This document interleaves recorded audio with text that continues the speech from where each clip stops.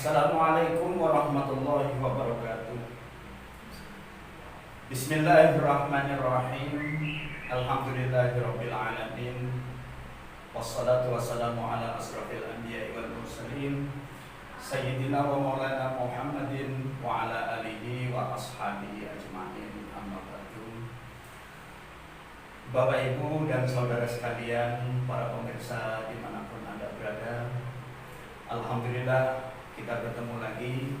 Mudah-mudahan kita senantiasa diberi sehat walafiat oleh Allah, kita diberi umur yang cukup sehingga kita kelak bisa melanjutkan ibadah dan pengabdian kita. Baiklah, kesempatan kali ini saya ingin mengajak kepada pemirsa, kepada saudara-saudaraku dimanapun Anda berada. Mari kita enjoy menghadapi segala persoalan apapun di dunia ini. Segala musibah, segala kejadian, termasuk diantaranya COVID-19 ini adalah satu musibah. Ya. Mari kita hadapi musibah apapun dengan hati yang tenang, dengan jiwa yang tentram, atau dengan perasaan yang santai saja. Ya. Usahakan hindari dari perasaan depresi maupun stres. Ya. Namun ada satu hal yang penting untuk kita pahami dan kita mengerti, ya, bahwa setiap musibah apapun, kalau yang hanya kita pikirkan fokus pada dampak buruk atau dampak negatif yang ditimbulkannya, ya tentu kita akan menjadi depresi, kita akan menjadi sedih, kita akan menjadi susah. Bayangkan coba, gara-gara COVID-19 berapa banyak orang yang meninggal dunia, berapa banyak orang yang sakit, bahkan menimbulkan ketakutan. Coba. Jadi orang yang asalnya tidak sakit, hanya gara-gara panas, demam sedikit, dia sudah khawatir kena corona dan lain sebagainya. Bayangkan berapa banyak orang-orang yang mengalami PHK, putus hubungan kerja. Berapa banyak karyawan yang dirumahkan, perusahaan-perusahaan pada bangkrut semuanya, pada tutup semuanya, masjid-masjid, musola lockdown dan sebagainya. Itu antara lain dampak-dampak buruk yang ditimbulkan oleh COVID-19.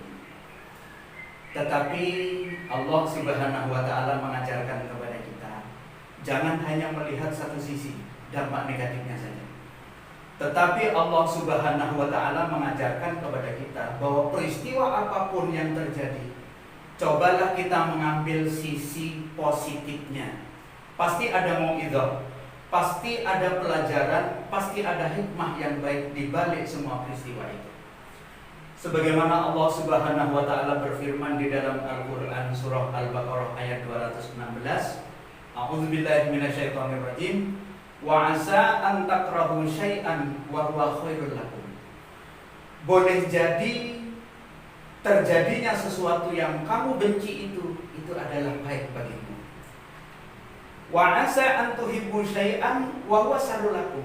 Dan justru sesuatu yang kamu sukai itu sebenarnya akibatnya juga kurang bagus bagimu. Wallahu ya'lamu wa antum la ta'lamun. Allah lah yang tahu di balik semua itu, sedangkan engkau tidak mengetahui. Jadi mari kita mengamati dari sisi positifnya, hikmah yang terkandung di dalamnya, sementara kita lupakan sejenak dampak-dampak negatif dan akibat-akibat buruk yang ditimbulkannya.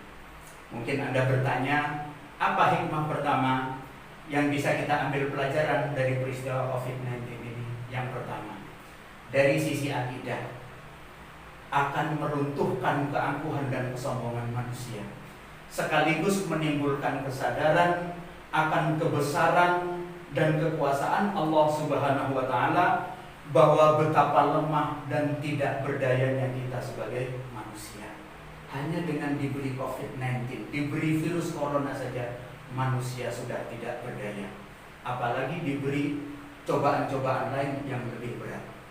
Dengan demikian, maka akan menjadi dorongan bagi manusia untuk lebih mendekatkan diri lagi kepada Allah Subhanahu wa Ta'ala. Itu yang pertama. Yang kedua, ada hikmah bagus di balik itu. gara-gara COVID-19 ini maka lebih meningkat keharmonisan keluarga di rumah kita masing-masing. Yang biasanya suami bekerja di tempat yang jauh jarang pulang, atau juga mungkin ibunya jarang pulang, sehingga gara-gara COVID-19 ini, apalagi sejak diberlakukan PSBB, mau tidak mau semua harus kumpul di rumah. Nah, justru ketika keluarga berkumpul di rumah inilah mestinya itu peluang dan kesempatan untuk lebih membina keharmonisan dalam rumah tangga. Si ayah atau ibu atau orang tua akan lebih akrab dengan anak, suami dengan istri akan lebih harmonis lagi, sehingga demikian. Kemudian di samping meningkatnya keharmonisan rumah tangga, apalagi rumah akan menjadi madrasah bagi anak-anak kita. Ini kan belajar di rumah. Kalaupun komunikasi dengan antara guru dengan murid mungkin melalui medsos atau melalui media-media lain yang sifatnya online, ya. Tapi paling tidak orang tua bisa kontrol anak-anaknya ketika belajar di rumah, begitu. Sehingga sekolah menjadi madrasah bagi anak-anak kita.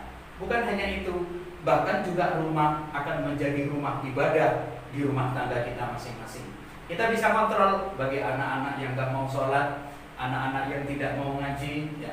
Maka orang tua mulai bisa mendidik terhadap anak-anaknya. Karena kewajiban mendidik anak itu adalah kewajiban orang tua. Sebagaimana firman Allah, A'udzubillahi minasyaitonirrajim, ya ayyuhalladzina amanu qu anfusakum wa ahlikum naro. Jagalah dirimu dan keluargamu dari ancaman api neraka. Terakhir, karena singkatnya waktu, ya, gara-gara COVID-19 ini maka timbullah sifat solidaritas atau kepedulian, ya, terhadap sesama akan muncul gara-gara peristiwa ini. Bahwa betapa kita juga turut merasakan penderitaan bagi mereka yang di PHK, betapa penderitaan bagi mereka yang tidak bisa jualan, penderitaan bagi mereka yang tidak punya uang. Maka dengan demikian bagi mereka yang mampu akan tergugah hatinya untuk senantiasa peduli terhadap sesama melalui baksos, melalui santunan, melalui zakat, infak, dan lain sebagainya. Itu dibalik peristiwa. Jadi kita jangan hanya memandang sisi negatifnya.